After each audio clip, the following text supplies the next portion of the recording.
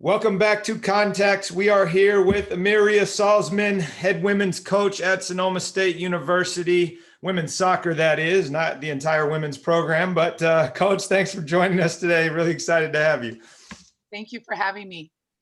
So if you can, Coach, take us through your background as a coach. How did you end up getting your first coaching job, any subsequent jobs, and end up landing where you are now?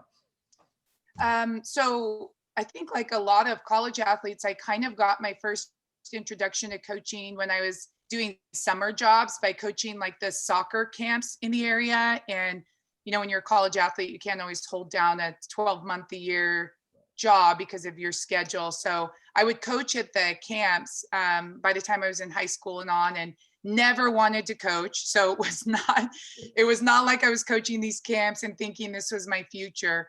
My senior year in college, my coach at that time, Luke Oberkirch, had pulled me into his office because we had been running camps through our college team. And the local club in the area was looking for a coach for a U14 girls team. Mm-hmm. And he said, "Hey, would you be interested in doing it?" And I thought, "Oh God, no, I don't want to do that. I still want to play." I was playing on a semi-pro team. I was at the height of my training, so I didn't want to do it, but it was not a full-time job. I could work in the evenings. Mm-hmm. And so really the schedule at the time suited me. Mm-hmm. And so I said, sure, I'll coach this team, and ended up taking this team. And to make a long story short, that team went on to win State Cup their first year. And then we had a book written about us. Oh, really? And so it started this kind of like, momentum in my life, and a passion for players and the coach player relationship, because at the time I'd only ever thought of it from player to player. Mm-hmm. And I ended up, that's how I got my start in coaching. So my very first coaching job, I was a head coach of a U14 club team. Wow. And you mentioned there was a book written about your team. Yes. Talk a little bit about that. So what ended up happening is, so I was a 21-year-old college player. I had become an All-American that year. So I was kind of at the height of my game at that age. I think I ended up growing into an even better player post-college, which is often what happens. But I had this tremendous passion. And so when my coach pulled me in and asked me, "Hey, I think you would be great with this team," and I went to it, what ended up happening is I was coaching with Santa Rosa United. Mm-hmm. And there was an author based in Marin, and there was a club team in Marin. And so we would have these like clashes, our teams would always play, because this was the time when there were not very many club teams. Mm-hmm. So you had these super club teams, just in neighboring cities. So I think people just got intrigued by this young female coach. I was 21, super young, super intense. I was just driving these players. I had half of my team I had taken from a really good rec team. Mm-hmm. And that was like, that caused problems because I cut half the team and added these rec players. So parents were unsettled. And then obviously as people talk, I was like, who is this coach? And I was a female coach, which was mm-hmm. still a minority back then. And it started this kind of buzz in the community. So this author, Jonathan Littman, was actually doing a piece on the Women's World Cup in '98. Mm-hmm. And he wanted to use our team as sort of this case study, because I was a young female coach coaching young girls. But he started to come and observe, and he got so intrigued by our story and the dynamics and the relationships and the parents and the players and me and how all that was happening. And then that year we went on to win State Cup, and it turned into a story of its own. Mm-hmm. And so the book ended up being about our team. Mm-hmm. And it was called The Beautiful Game. Mm-hmm. It's called The Beautiful Game, 16 Girls and the Season That Changed Everything. And then we were just like, sure, come observe us. Like, we were so green, we didn't know.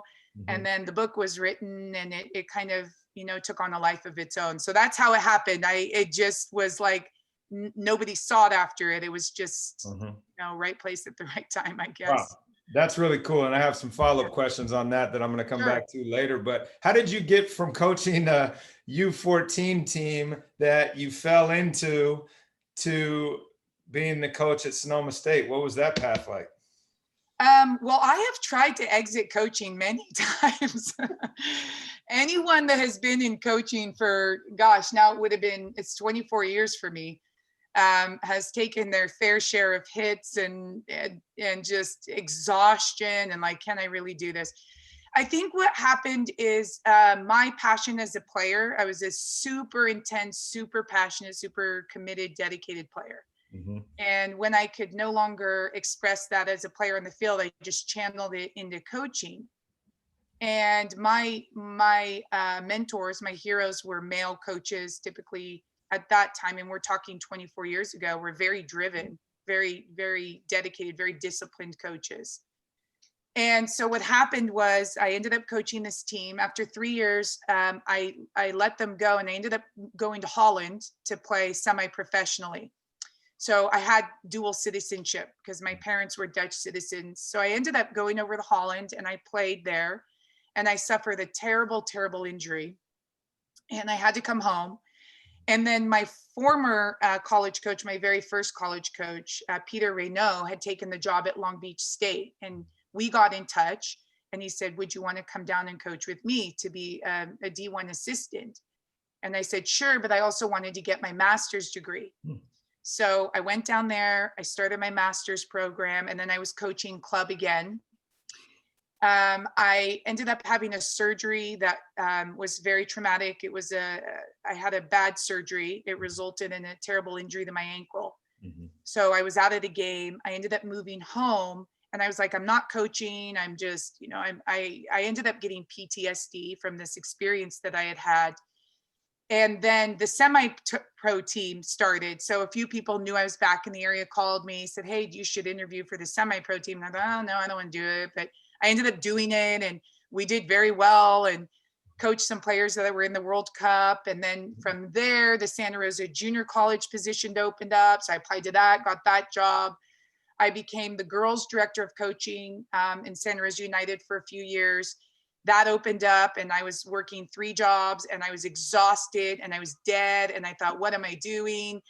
But I think in all of it, I just always did my best. I always, whatever I did, I said, okay, if I'm going to take this, I'm just going to do my best. And I'm a very like sort of type A personality, very driven. And so I did well.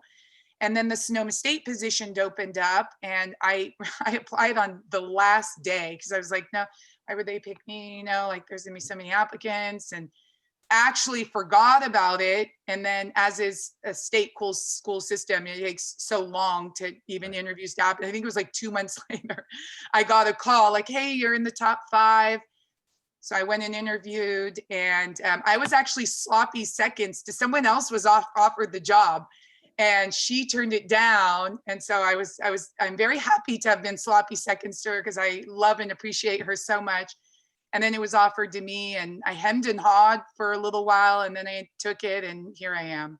And now we're here 10 years later. Now we're here. Wow.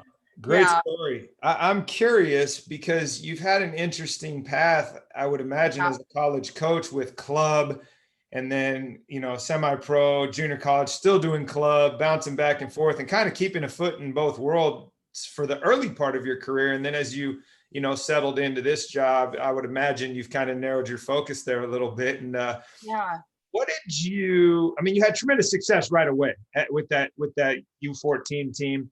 And then, as your career went on, had sustained success other places, which, probably helped land this job. But what are the things that you still needed to figure out when you became a head coach at any of those stops? The things that jump out at you right now, like, oh man, I had no idea about X, Y, and Z. Well, what's interesting is I've always suffered from like a little bit of insecurity. And when I took these jobs, sometimes I feel like I didn't even go into them with the full amount of confidence. Like a lot of times people needed to shove me into like, do this, you can do this, or we really want you to be here. So, so what I I remember when I got the Sonoma State job, and I was immediately riddled with insecurity because it was a real highly coveted job. I mean, we're in the wine country, and it's Division II, which is a wonderful division to be in, right? So I was thinking, oh God, I'm not even sure I'm the best candidate for this. And I remember a friend of mine, a male coach, said, just remember that you were chosen for yourself. So don't go changing all these things about you that, you know, at the time that you were given these jobs, it was for who you are now. So remember to be who you are, and remember that that was good enough. You can always grow, you can always learn, but never fundamentally change who you are. And that spoke a lot to me because I am a very principled person. I'm a very disciplined person. And it reminded me that the value system and the ethics and the principles that I lived by and the discipline were a big part of what got me to that point. And so I recaptured my confidence and just kind of moved forward, knowing that how I was at the time of hire was enough. So that was something that that helped me in going into these jobs. The things that I still needed to learn, I think delegation is a big one. Because when you go in, like, and in every job I've ever gone to, there's still this feeling that you have to prove yourself. So you want to do every little thing. Like, I'm going to do that paperwork. I'm going to do this. I'll do all the session plans. I'm going to be at every meeting. I'm going to this. So that for me was, I was young when I started head coaching. So for a lot of my career, I was a female and I was young. So I immediately felt this, like, I have to constantly prove myself. I have to overdo to prove that I'm dedicated, that I'm capable. But what that led to is a lot of exhaustion and a lot of like picking up weights I didn't need to be picking up. And I had very often capable players or capable assistants that could have been doing the job I was doing. So I think learning how to delegate, I'm still not the best at it, although I'm much better now, but learning how to delegate was a huge one, like, and how to value what is something I should be doing because that is the correct example for those watching. And what are the things that you give to others that empower them and allow them to have autonomy within your program. Well, because then you're ultimately building up the support systems within your own program by allowing others to lead. Yes. And I think when you do everything yourself, you create the effect that you don't want, which is everybody relies on you for the final say. Like, can I do this? And then you're like, just make that decision. But because you've created this framework where you are the be all and end all to every decision, then people don't want to act until they get your approval. Right. I learned that in my second year of club coaching. I had a really interesting experience. I had coached the team. I was an absolute like drill sergeant, to the point where a lot of my empathy was gone in trainings. But that's how I was as an athlete. So I thought, oh, this is the way to do it, right? And I remember I had driven, and we had won state cup. So this team had proven themselves. They were a very good team. There was a game, I don't even remember where it was. I think it was an insignificant game. It was like not anything big. I remember I was yelling at my team, and one of my players turned to me in the middle of a play and she said, "What do I do now?" And I was so ashamed of that moment. I was so ashamed because in that one moment I had realized they can't make a decision anymore without my approval. And it hit me. It was a tremendous amount of shame I felt. And I realized I had a great assistant coach at the time who was a father, but an unbelievable soccer mind and eye and friend and all the things that a first year coach needs. And I had gone to him and I said, "Oh my gosh, what has happened?" And he said, "You need to, trust them and let them fail sometimes," because I was always trying to capture the failure and fix it before it happened. So I learned in that second year, I went to my team, I had apologized, and I said, from now on, I'm not coaching I think it was the first 15 minutes of every game. I don't care if we were down 3-0, I'm not saying a word. And it became this thing. And eventually, by the time I was done coaching that team, they didn't need me for anything. And what a beautiful experience, what a beautiful thing to have happen when you're 22 years old, is to learn that lesson. So I learned that lesson then. And then as I got into college, I kind of got back to, I have to do everything to prove myself, but I've gone back to learning how to empower my athletes or my assistants to do things so they also feel capable and that they have self-efficacy and that not everything needs to, and they're there because I trust them. And even if it's not the right decision, it doesn't matter because we can always reroute. So I'm learning that more and more.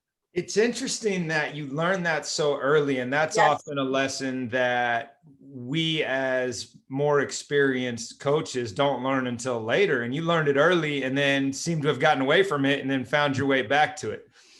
Yeah. So I learned that lesson at a young age, and what I credit that to is I grew up in a family I would call a very spiritual family, and I had a lot of self-awareness as a human being. And I think that's helped me quite a bit in coaching because I feel a very powerful connection to other people, and I use coaching as my way to connect. So I think when I was very young, I had this a kind of a mature awareness, self-awareness to be able to say when I was, oh, I need to learn, I need to grow. But what ended up happening as I got older is the criticism that would come at me for being young female, very, very intense, very driven. There was a lot of people are for you until you start climbing the ladder. And the minute you start climbing the ladder comes all the negativity. There's my mom said there's a saying in Dutch, and it says tall trees catch high wind. So the higher up you go, the more the wind comes at you. And I always remember that visual. And so I think once I got out of that experience and I started to coach in college, coach semi-pro, coach junior college, coach, be in the club system, and then coach at Sonoma State, came a lot of, I don't know, like not everybody is supportive. Coaching is a cutthroat world, and I'm someone that I don't have 2 feet on either side of the fence. I'm all in one way. And so I think I as a young person took on a lot of like heat for being young, for being female, for constantly having to prove myself, for constantly this, for constantly that. And that's where maybe the self-doubt came back. And then I had to overprove myself again. And so it created sort of a vicious cycle in that way. Yeah. And it's interesting because you're right. That's a great analogy. The tall trees catch more wind, and you've had success everywhere. And you think that would overplay some of that. But what advice would you give to people that are in your situation, right? Young females trying to break into a male dominated profession that are successful or not successful, but how do you inoculate yourself against some of the criticisms that are unfounded, but really eat away at your self-confidence and you, as you described it, your insecurity and need to kind of prove yourself at every level? If I figured that out, I'd write a book, and I think every woman would buy it. So I haven't figured that one out. But, I think for me is for better or for worse, I've always had a strong belief about how I do things. And I've always stayed very dedicated to that. And what has really helped me in that way is that I've had teams that really, I had such good relationships. I mean, of course you have players that you don't align with and not everything's rosy, but for the most part, I've had very good relationships with the players that I've coached. So I manage my player relationships with the utmost of care. And they will, they provide that affirmation and that support and the faith that is needed. Outside of your team, I think it's having a support system, whether it's parents, friends, family, colleagues. You don't need a lot of people. You just need a few of the right people, the people that you look to, the people that have high ethical characters, moral characters, the people that are in your corner, that can have honest conversations with you. I have had those people in my life. Thankfully, I had great parents that helped, and I had a couple of unbelievable mentors, and I kept going to those mentors. I even have mentors to this day. Right. I keep going to those mentors, and they kind of prop you back up. When you take a hit, it's one too many, they prop you back up and send you on your way. So I think having support from the right people, and then having those really close relationships with my athletes, because they're the ones I truly care about. And if they're doing well, then I'm doing well. If they're not doing well, I have to check that. And I keep a very tight circle. Right. And I think that's where I kind of was able to navigate some of the tougher times. Yeah, and you've mentioned that quite often, even in your opening story and the book, and that the target of that being focused on player coach relationship, coach parent relationship, the community, and how you navigated all those things. And you said, I was very driven. I was driving them hard to the point where they couldn't do anything without me.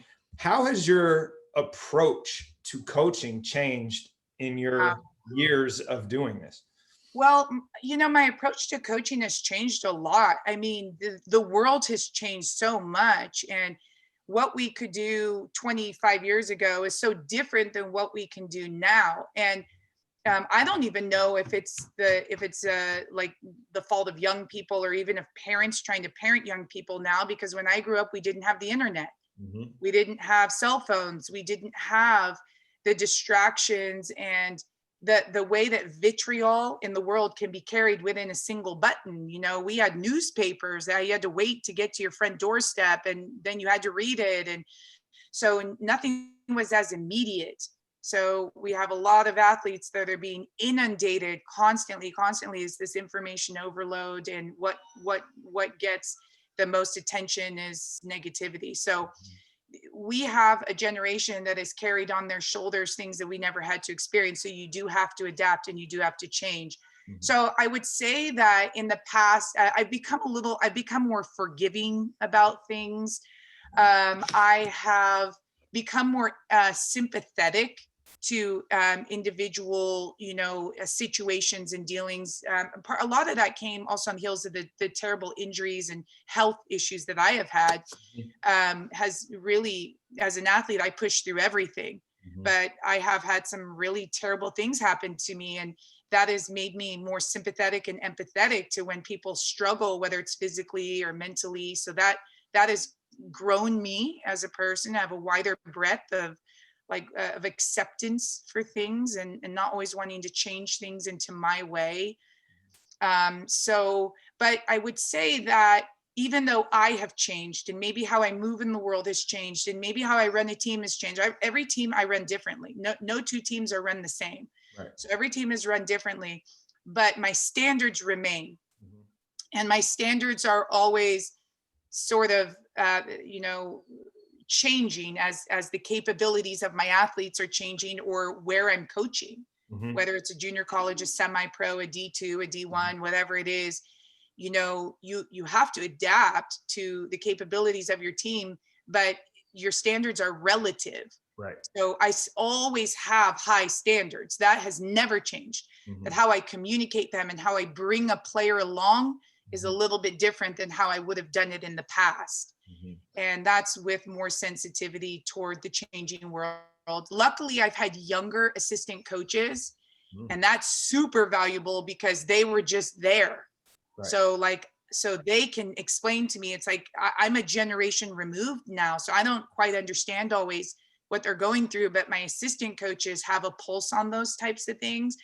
And they will tell me. So they're a good yardstick for measure when it comes to, hey, was that okay? Did I go too far? And so I use them a lot for that. When I started coaching, I was 21, and the athletes I was coaching were 14. It was only a 7-year age gap. Yep. Now the age gap is like 25 to 28 years, so that's a big difference. Well, it's interesting if I could go back to some of the things you said, your standards remain high regardless, but you've adjusted them based on the skill level of the group that you're working with. You're more empathetic and understanding of, let's call it, the gray area where things probably used to be very black and white. Yes. Your own experiences have informed that perspective. How would you say that your new perspective or enlightenment, whatever we want to call it, what is the impact that has had on your coach-player relationships? Because you mentioned earlier how important those relationships are to you in your coaching. Well, You know, when I used to do individual meetings, I would use them as a tool to tell the player your strengths and weaknesses. It was pretty simple format. It was all based on soccer.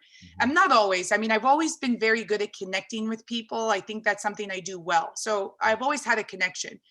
But now the individual meetings very often are an invitation for a player to speak on things that we may not know about. So we provide this open space. We don't always fill it with our own air. And we build that trust by how we run the team, how we manage players on individually. So other people are watching how you manage a player. Sometimes you're managing them very, very rigidly. And then other players, it's a little bit more sensitively, depending on what the situation is and also the capability of that player. You know, interestingly, we do a captain's corner, and our former captains come and speak on leadership. And all of our captains so far have said, you can't lead each player on the team the same way.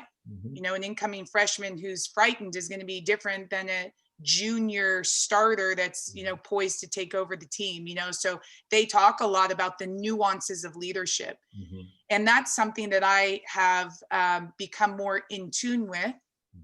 And also have used my own life experiences. Like now that I look back at my life, I have had so many experiences, a lot of things that were traumatic, a lot of things I had to get through, a lot of things that I had to have a lot of grit about, or a lot of self-esteem, self-efficacy to be able to get through them. And so now what I do is I go, okay, I'm thankful those happened to me, so that when someone comes into my office, I have the ear to hear them. And so I use that time in that way. I think I try to, and you know, we have a policy in our program. It's always players first. A player comes before anything. For me, actually, my assistant coach always comes first, and then the players. But if the players have an issue or something's pressing, we clear the table for that player, and that's something that they feel. They know that they can always come to us. They'll always be a priority. Which I would imagine is a big part of the culture that you're able to create there. And on that note, what would you, if you could identify the thing that you do in your program that has the largest ripple effect on your culture and your program? And it can be a tangible, we do this every day, or it can just be something that's more intangible, or something you've stolen from somebody else you've watched over the years. But what would you offer there as the thing that you feel has had the largest ripple effect on your program? That is such a great question. And I was thinking on this, and I'm like, God, I'm so proud of our culture that it's like, you know, there's so many things we do that are so little that just keep it all tight. But I think discipline is probably number one. I think children want discipline, but I also think athletic teams want it. So discipline can even be in the form of like taking their time up, because, you know, there has to be some element of sacrifice to be on a team, because that's what makes it meaningful. If you didn't have to sacrifice anything, anybody could be on your team. So we have a very disciplined approach to what we do. And I think that helps the players understand we're organized, we're focused, and that they matter. Because I think discipline equates to you matter to us. We're willing to invest time in you. We want you to be here because we want you among other like-minded athletes. So to me, discipline is probably number one. We're a very disciplined group of coaches and players on and off the field. So, you know, it's a lifestyle choice. You know, one other thing that we do that I really realized is, you know, coaches all have these what do you call them? These words that you say in training, like pick it up, or like, you know, get there, or like be better. You know, we're yelling these things. And I really realized a few years ago, you're yelling something. I was coaching a functional training for my front line. And I was saying, hey, we need to be more productive. And my player was like, well, I was being productive. And it was like the shot, but it didn't even hit the frame, and it went off the field. So now we have a turnover. And I was realizing in that moment, they don't understand what I mean by productive. For them, the shot was like, well, I took it, but for me, it was a turnover. So that started this process of defining exactly what we mean. So in our mission statement, we talk about we're going to be excellent Well, what's excellent? If I were to ask you what excellent is, probably be completely in this way. And you ask me, and then you ask Rich, or you ask my assistant, you're going to have 4 totally different definitions. So we define things. So we have a definition of excellence. And so when I say we need to be excellent, we can all point back to what that is. We have definitions. We have a mental strength process. It's 3-step. It starts with accountability, maturity, poise. So accountability is 1, it's the hardest step. You morph into a mature team, which most teams never even achieve. And then you get into poise, but those are your like national championship programs, right? Right. But there's a definition for what accountability means, maturity means, and poise. So we can't say, hey, you need to be accountable. And the player's like, yeah, I put my hand up. We're like, yeah, you just put your hand up, that you've done it 15 times. So just owning it doesn't make you accountable. Right. So accountability is like, so anyway, it has this process. Right. So I think by defining what we need. Can you share the 5-second version of what each of those mean in your program? Well, accountability is having personal ownership. So I have to hold myself accountable before I ask somebody else to be accountable. Right. So it's personal ownership.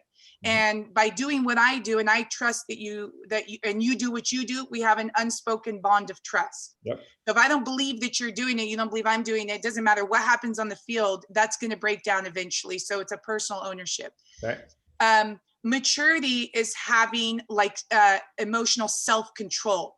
So you don't allow it's like emotional self-regulation. So you don't allow yourself to be transmuted into somebody else's feeling or somebody else's action towards you, against you, that you can act autonomously with emotional self-control. So if we're all doing it, and all 11 of us in a big moment in the game are mature, then you're going to have a poised performance.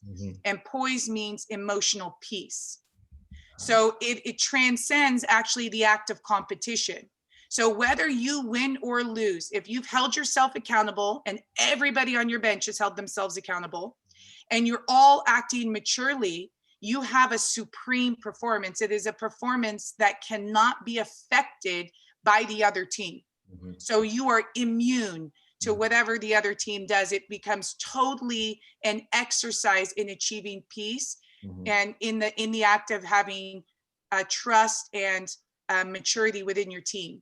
And that becomes very special. And people kiss it, but to be able to do it consistently requires a tremendous amount of sacrifice within yourself to be able to get there. And then you have to be able to witness other people doing it. And this is the difficulty of COVID, is that how do you build accountability if you cannot physically witness what others are doing? So we address that in our program as well, as how do we build accountability when we don't have the witness aspect of it. Yeah. So those are kind of what we. That's great, because it all goes back to what you said. Number 1 is discipline, because if you're building the ligature and the discipline within your program and your athletes to focus on things they can control, which ultimately enhances and contributes to the outcomes that you're searching for.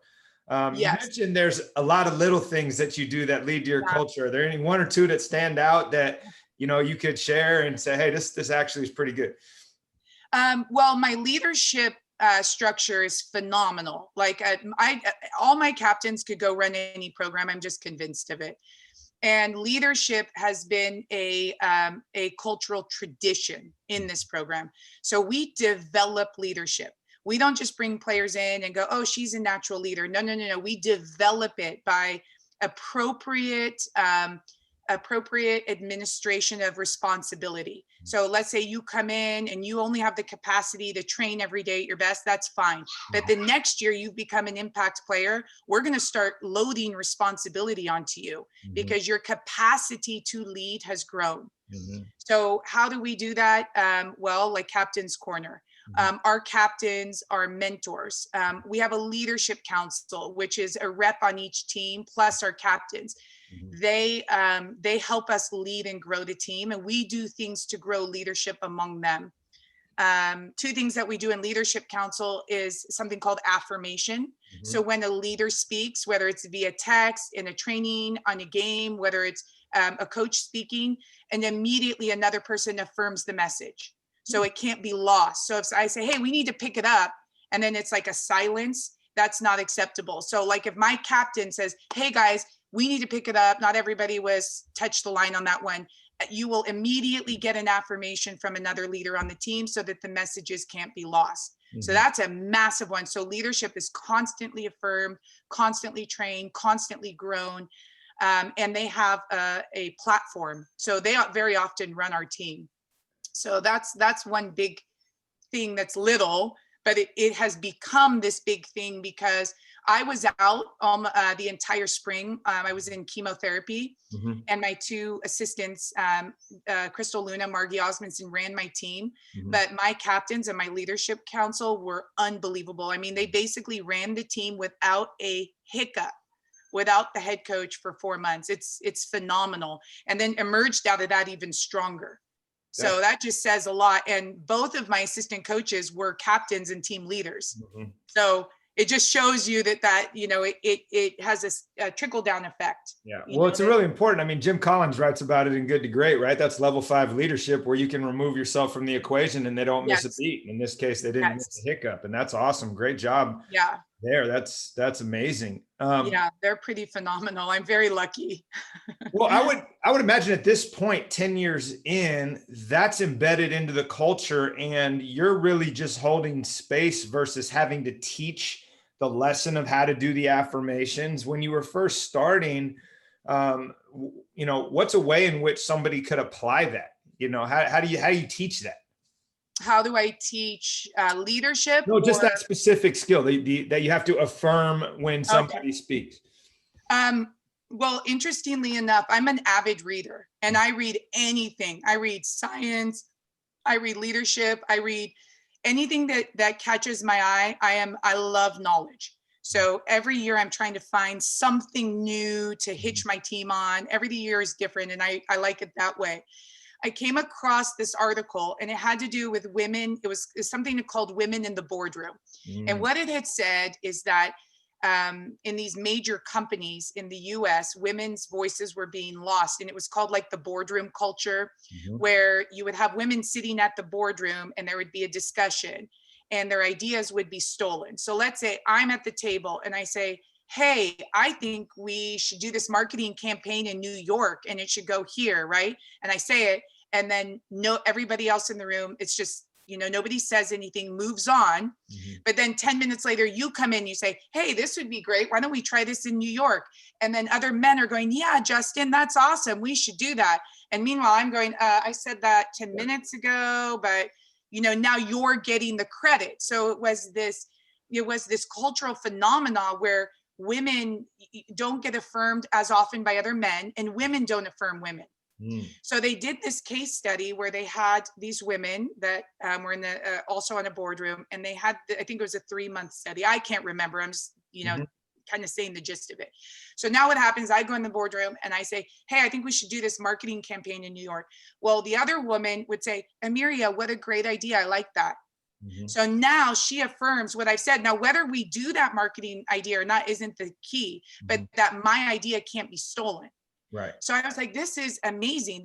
Women are so afraid to back other women. Like, why are we competing with each other? We should be lifting and affirming. So what I did is I took that into my leadership council, also based on another article I read, that leadership's number one priority is harmony. So our goal in council is to create a harmonious team culture, not a right team culture, not a correct team culture, but a harmonious team culture. So how do we do that? So if I'm at training and I say something like, hey, we need to pick it up, and it is hot and nobody wants to pick it up, and everyone just lets my comment die, that's leaving me hanging out to dry. So next time I'm not going to say it. So what we do is if especially a captain's got to come in with a hard message, somebody needs to affirm it so they feel they have the courage to continue to speak, to continue to lead. And then if there is conflict, we handle it behind closed doors. But the act of affirmation, we don't even need to tell it to anybody. It just exists because it's happening. So when my assistant is running a session and she says something, whether I want them to go faster or slower or not isn't the issue. It's that she said, hey, get to the cone faster. So the minute she says that, I go, hey, guys, did you hear what Luna said? Get to the cone faster. Not because it's my idea, but because it's my job to affirm my assistant coach. And vice versa. Yeah. So it's constant. So I'm not going, why did you tell them to get to the cone faster? It's not about my belief system. It's that we are an autonomous unit, and what she says, I want, and what I say, she wants. And so it goes with your leadership. So if you have 10 people in a team of 32 doing that, nobody has a place to hide. There's nowhere to go. You can't argue. So it's embedded in the team culture. So our freshmen immediately walk into, hey, everything here is safe. I can speak up. The leadership is good. They're united. There's no conflict with the coaches. The coaches back the captains back the coaches. And it is just implicit. And that's how we do it.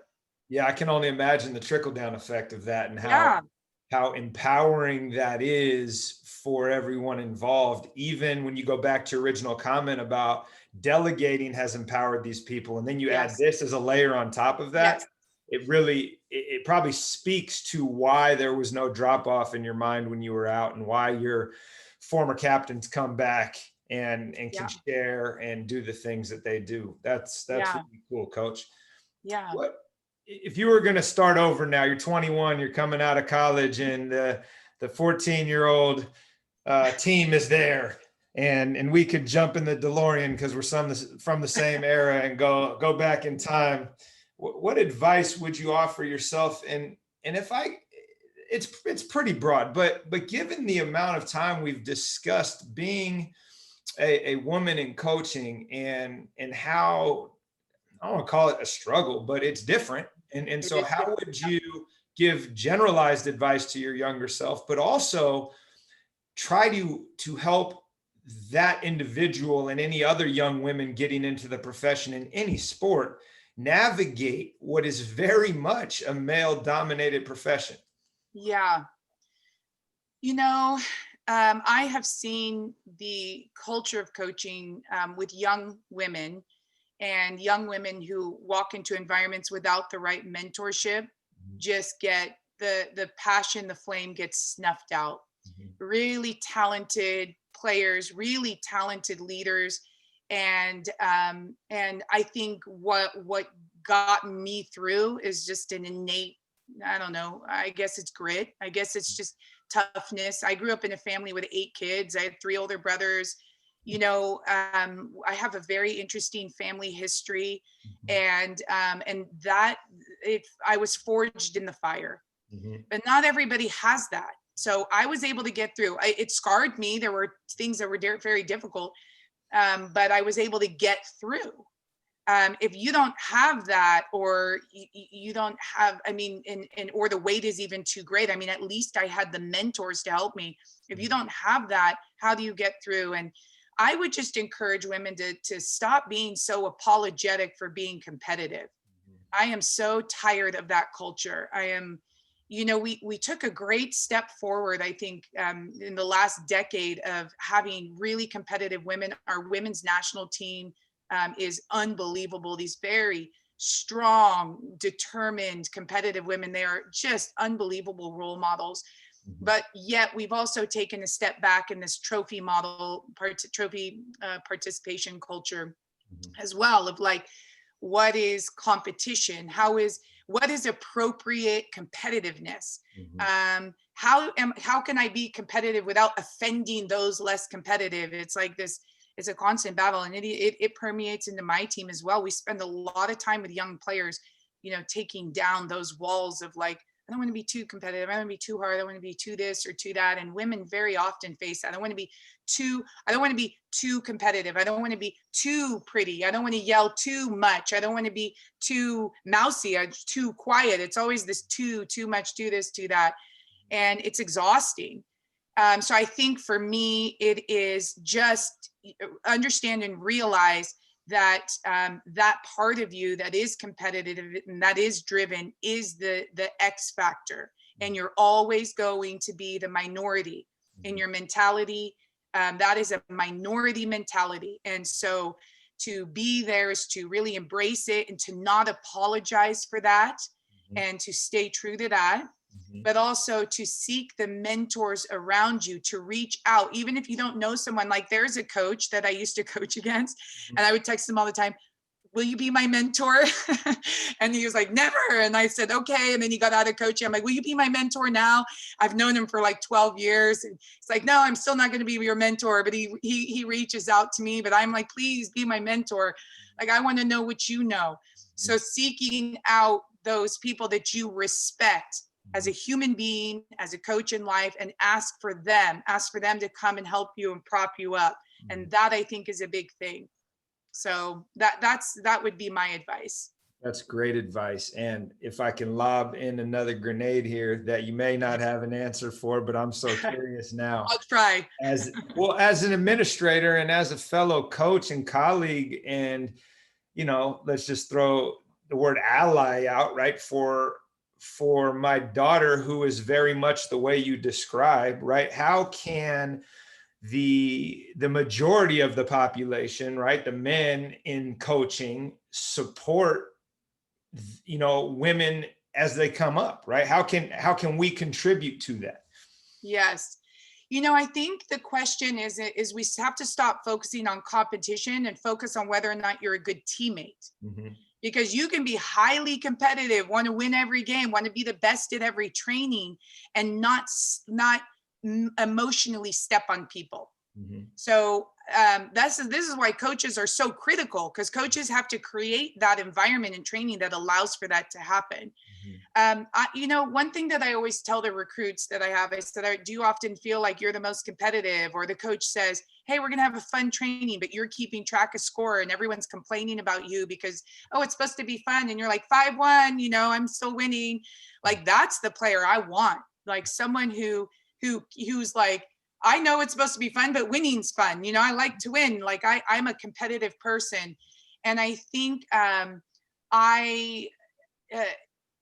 think allowing that space to happen, that we have to be okay with people wanting to be the best again. There is nothing wrong with someone wanting to be the best at something. My sister, she often talked to me in school. They go to a school and her sons are very athletic. And so one of her sons was so athletic that they decided not to do this sport they have a day of like Olympics, and they decided to give everybody one. Well, her son, who excels in sports, but not so much in other areas. Now, where does he excel now? Because that was his thing. He was going to be first at everything because he's just an unbelievable athlete, but they took that away so everybody else would feel better, right? But we don't do that in band. You have first flute or first piano. So why can't we have everybody play piano? So we don't do it in other areas. We don't do it in art competition. It gets the blue ribbon, first place in art, right? You have first flute. You have to audition for dance recitals. But somehow when it comes to sport, we want to neutralize everybody. So I think in a lot of ways, it's like still wanting to be the best again physically, okay, and then focus on whether that person has good qualities of a teammate, and then define that. What are the qualities of a teammate that you value? So, hey, I won and I knocked you over, but when it was the right time, not in the middle of the play, when it was the right time, I came over and checked on you. Like, hey, I need it, and I was going for the basket or whatever, but are you okay? That's appropriate. Or noticing someone, like having after practice, they stomped off. Hey, did you reach out to that person? Just make sure they're okay. So there's other ways to be a good teammate without neutralizing your own competitive cauldron. Yeah, so much gold. It's really interesting as you navigate the world, if you're wired as one of those people and the response to your competitiveness is not always accepting, but right. If you can figure out how to be a good teammate, you are almost encouraged to continue to be that competitive because it brings up the level of everybody else's performance. But it's a delicate balance, right? You have to be a good teammate first so that your ability to contribute to that situation through your competitiveness is accepted. I love that. And that's why I think We have, like, in training, early on, young players, when they knock someone over, like, oh my God, I'm sorry. And we have like a ban on saying I'm sorry. You are not allowed to say I'm sorry. It's just, don't do it, because it's like, it's like you're taking ownership of something you didn't even mean. Like, you're not meaning to harm anyone. You just wanted that ball. Now, if training went too far and you did something in retaliation, then you owe an apology, but that's in person. Hey, I'm sorry about that. I went too far. That's a different thing. But I'm sorry is what we teach everybody, to neutralize the moment, even though there was no intention to harm. So we have a ban on that. You're not allowed to say I'm sorry in training. But what we do try to focus on is always finish out a play. Of course, there are dramatic moments where there's an injury and everybody knows when it happens. Yeah. We all know those moments. Those are unique moments in the training. But when it's just a battle, don't stop. We want to see who's going to win. I want to know who's going to win. I need to know that as a coach. I need to let that play out. And then they learn something about themselves, and that they learn that they can be in those moments and that they can emotionally self-regulate. So if we constantly stop that, how are you going to teach anybody how to emotionally self-regulate? Because we're always stepping in, right? Like, no, that's not how that works. I'll tell you a funny story. It was a very funny moment. We'll never forget it. My captain, this is in 2015, I had a very strong captain, an amazing captain. I had another player who was same year as her, and they were just both competitive, right? So the ball was on the sideline, and we had made this rule that whoever gets the ball first gets the throw in, because people would not run to get the ball. So we're like, okay, now the ball goes out, whoever gets it can go. So I don't remember what happened, ball goes out, but they got into a tangle and they couldn't get out of it. So my captain's not backing down, right? She's captain, she's running the ship, right? She was an All-American. She's like, nobody's coming. This other player is like, I don't care if you're a captain, I don't care who you are. That was my ball. So they get into this tussle, and it turned into like one of them grabbed the ball and threw the other one, and they're on the ground. So the whole team is like, oh my God, what's happening? Are they going to get into a fist fight? They're just going to drop the ball and get into a fist fight. And the girls are looking at me, and I was like, okay. So I just waited, and I just wanted to see what was going to happen, because I trusted both of them. And I knew that there was a competitive, something was going on, something was happening, but I wanted to see the conclusion of it. So they're getting into it. And finally, my captain pulls away, and she shook her hand, and that was it. And the ball went on. I said, okay, red ball, move on. My freshman goes, does this always happen in training? She was standing next to me like, what just happened? But I let the practice end, and then I brought them in, and I said, these are two competitive people. I wanted to see what is going to happen. And what ended up happening was a moment of tremendous respect for each other, and that they were able to emotionally self-regulate. They went home, never happened again, went on our way. And those two players were key. That team went undefeated and won conference for the first time that we had been there. Those two players were key. But if you neutralize them all the time, you never really know what they're made of. Yeah. But luckily, see, I have trust in my players. Yep. So I knew that it wasn't going to get there. If it had been my first year at Sonoma State, I probably would have handled it a little bit differently, just to make sure it didn't go to a level I couldn't then control. Yeah.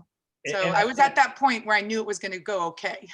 Yeah. And that's the part of your culture and the seeds that you've been planting for years, and encouraging, and the affirmations, and stoking that competitive fire, but really leaning into how do you be a teammate. And it goes back to what I asked, which was, hey, how do you navigate this world as a woman in this profession? And it's all of those things of, continue to be competitive. Don't apologize for wanting to be the best, and be the best teammate you can, which allows people to support you on your journey. Coach, a lot of great stuff. May have to come back for round two. I really appreciate having you. And it's funny that you talked about teammate, because the whole reason when I told Rich, hey, I need to get her on, was he told the story of friend versus teammate. So it's funny that it came back to that. Organic. It's funny. So I created a small graph, and it was friend versus teammate. And so he had asked me to come in and speak on this with his team. And that little graph has become like a pillar, because like a friend loves you unconditionally, but a teammate, it's very conditional. Yeah. Like, you better show up on time. You better have done your work. You better. So it was this graph, and we actually used it at the beginning of the year to set the tone. But it is, if I ever talk to you again, or I could send it to you, but it is one of those little nuggets that I did kind of in just things that had come up in our program. I created it, and it's been a staple in our program ever since. And that was what Rich was referring to. That's great. Well, definitely we'll send that to me, and then we'll put it in the show notes, and people can access it if they want to utilize that on their own. But this was great. That hour flew by, and we're definitely going to talk over the years, and going to reach out to you for some mentorship. So hopefully you have a great rest of your day. Thank you for having me. All right. Okay. See you later.